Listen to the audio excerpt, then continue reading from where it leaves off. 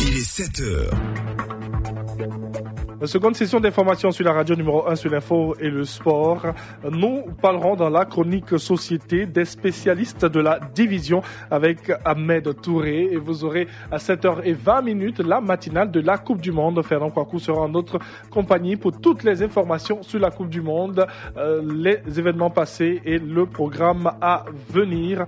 Mais avant tout ceci, c'est bien sûr le journal, le grand format, présenté par Jérôme Kouakou. Bonjour. Bonjour Thierry, je vais à la une de ce journal. Abidjan sous les eaux. Une forte pluie s'abat sur la capitale économique du pays.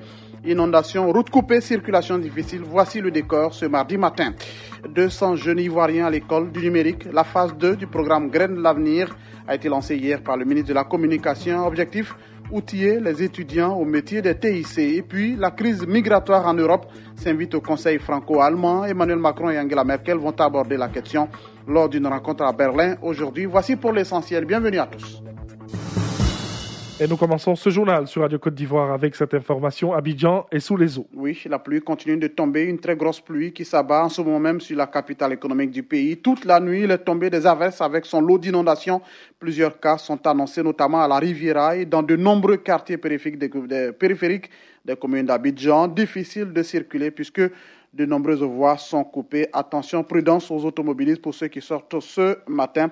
Nous ferons, c'est sur le point, dans le courant de la journée. Et changeons de sujet, 200 jeunes Ivoiriens à l'école du numérique. Oui, c'est dans le cadre du programme dénommé Graines de l'avenir, organisé par les géants de la technologie chinoise, Huawei Technologies, et cela vise à long terme à former 1000 étudiants et jeunes travailleurs dans les TIC. La deuxième édition a été lancée hier en présence du ministre de la Communication. La révolution numérique impacte la vie de toutes les sociétés. C'est ce que dit Bruno Nabanyekone. La révolution numérique a une influence considérable en ce qu'elle impacte les processus de conception, de production, de commercialisation, de communication, de socialisation, de création de richesses. Cette révolution, à notre sens, porte sur un élément qui pour nous est une nécessité et la base de tout le reste, c'est l'amélioration des conditions de vie de nos concitoyens. Dans ce cadre, de nombreuses initiatives sont prises et je voudrais juste en rappeler quelques-unes. L'introduction de l'enseignement des TIC dans nos écoles, cela dès l'école primaire. La création de l'école supérieure africaine des TIC en 2012. Nous pouvons enfin mentionner la formation des populations ivoiriennes elles-mêmes, des populations dans toutes leurs composantes à l'usage des TIC et leur sensibilisation par rapport aux nombreuses opportunités offertes par le numérique. Avant de poursuivre, je vous donne cette information. Samuel Eto'o était hier lundi à l'Assemblée nationale. Le footballeur international camerounais, après avoir été reçu par Guillaume Soro à une séance de travail avec la Commission des affaires sociales et culturelles devant les députés, l'ancien capitaine des Lions Indomptables a exposé sur ses actions sociales en faveur de la jeunesse africaine, actions portées par sa fondation dans l'éducation, la santé et un financement de projets de jeunes. À la fin de cette séance de travail, Samuel Eto'o a annoncé qu'il aidera à construire bientôt une école primaire dans une ville de notre pays. Et nous allons rester dans la journée d'hier.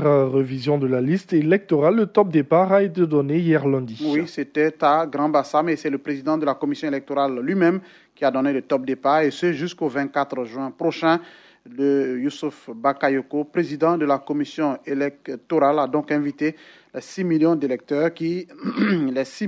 d'électeurs à vérifier leur nom sur la liste électorale ainsi que les personnes âgées de plus de 18 ans à revoir leur statut ou du moins à se faire inscrire. On fait le point avec Sorosita. 2 catégories de personnes sont concernées par cette opération. Les personnes qui figurent déjà sur la liste électorale, qui souhaiteraient changer de lieu de vote ou qui ont changé de patronyme et les nouveaux majeurs, c'est-à-dire les personnes qui ont la nationalité ivoirienne, qui ont 18 ans révolus, nés avant le 31 mai 2000. Selon Gervais Koulibaly, superviseur général de cette révision de la liste électorale, ce sont 10 580 lieux de vote qui sont ouverts sur l'ensemble du territoire. Il s'agit en fait de tous les lieux où l'on a voté en 2016. Tous ces lieux deviennent des centres d'enrôlement. D'habitude, nous n'avions que 1500 ou 2000 au maximum centres d'enrôlement. Mais cette année, nous ouvrons tous les lieux de vote, nous les transformons en centre d'enrôlement. Le président de la CEI, Youssouf Bakayoko, exhorte les partis politiques, les organisations de la société civile et toutes les populations à adhérer à l'opération de révision de la liste électorale. La révision de la liste électorale est une obligation légale à la charge de la commission électorale indépendante qui permet la mise à jour du fichier en actualisant les données en termes de nombre d'électeurs inscrits et en termes de renseignements concernant ceux-ci. La durée de cette opération est d'une semaine. Le 19 juillet prochain, la liste provisoire sera rendue publique dans tous les lieux de vote. Notre reporter Maïs Sanogo a fait le tour de quelques centres, précisément à EPP Rail au Plateau, où la population s'est rendue pour accomplir son devoir. Écoutons quelques personnes venues se faire enrôler. Ce soir, je suis venu me faire enrôler, voilà, et j'ai fini de me faire enrôler et je compte rentrer. Mais puisque je suis ivoirien, je me suis senti concerné par mon devoir, donc je suis venu accomplir mon devoir. C'est tout. Mademoiselle, pardonne. Pour faire l'enrôlement, depuis 8, on est là, ça n'avance pas. On est là, on attend. Je suis électeur, je suis venu me faire enrôler. Bon, il faut dire que c'est très lent parce que depuis ce matin, nous sommes là. On est dans le rang, on patiente, mais c'est lent. Qui pourrait Vilasco, je suis là pour l'enrôlement. Il faut dire vraiment, depuis le matin, on est là, on attend. Et c'est pas ce qui se passe au juste. C'est pas s'il y a un problème, c'est un peu lent. Voilà. Donc si la CEI peut prendre ses dispositions pour pouvoir gérer ça, et puis bon, on va quitter dans ça, quoi. Moi, c'est Kwame. Depuis 8 ans, nous sommes arrivés. On constate que le service est très très lent. C'est-à-dire que depuis nous sommes arrivés, ce n'est que du désordre seulement. Jusque là, on prend nos pièces, on n'a pas encore été appelés. Et l'opération a également commencé à Odiéné. Oui, en dépit de quelques petits problèmes techniques enregistrés au démarrage, l'opération se poursuit à Odiéné et tout se passe bien selon notre correspondant Tano Kone. À Odiéné, l'opération de la révision de la liste électorale a démarré ce lundi. 8 heures, c'est l'heure à laquelle les choses ont commencé ici. Jusqu'à 10 heures au moment où nous faisions le tour des centres de recensement, ce n'était pas la grande affluence. Koulibaly Ibrahim est l'un des rares nouveaux majeurs venus s'inscrire. Je suis venu m'enrôler parce que je veux voter. J'encourage beaucoup, surtout les jeunes, de venir s'enrôler parce que c'est normal. Pour changer les choses, le président de la CEI locale, Koné Lansine, appelle les cadres de la région à s'impliquer davantage dans la mobilisation des populations. Je demanderai aux différents responsables politiques de nous aider à la sensibilisation. Sensibilisation, motivation au niveau même de la jeunesse. Parce que nous constatons aujourd'hui dans la région même que les jeunes ne sont pas motivés à venir se faire enrôler sur les différentes listes électorales. C'est très important.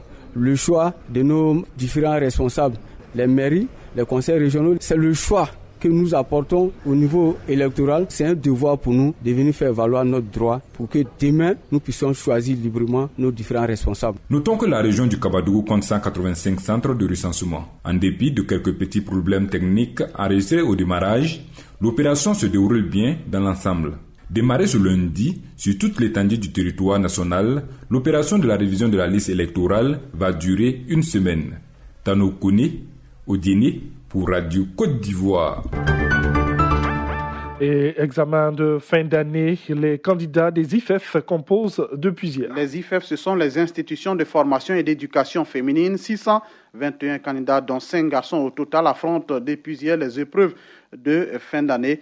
À Yopougon, le professeur Kwame Nguessan, chef de cabinet du ministère de la Femme, de la Protection de l'Enfant et de la Solidarité, est allé rassurer les candidats et leur dit que tout est mis en œuvre par l'État ivoirien pour accompagner ses auditeurs des IFEF. On écoute Kwame Nguessan.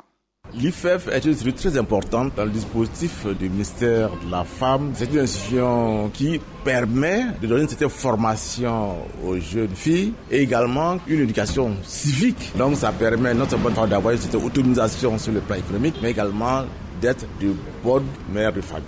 Mais c'est ouvert aux hommes. Au niveau du ministère, nous avons ce que nous appelons fonds femmes et développement. Il s'agit d'un fonds qui permet aux femmes d'exercer des activités génératives de revenus.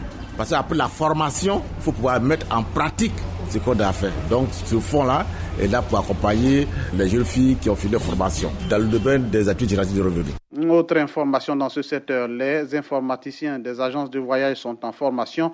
Depuis quelques années, la gestion du voyage du Hajj connaît des innovations technologiques. une gestion électronique imposée par les autorités saoudiennes et qui requiert une formation des informaticiens des organisateurs privés. 18 agences de voyage prennent part donc à une série de formations afin de mettre à niveau leurs informaticiens. À terme, l'État compte se retirer au profit des organisations privées du Hajj. Et nous allons partir maintenant avec, bien sûr, les informations à l'international.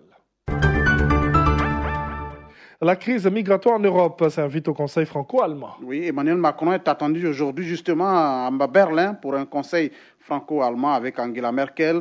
Une rencontre qui devrait être dominée par la crise migratoire en Europe à moins de 10 jours du Conseil européen.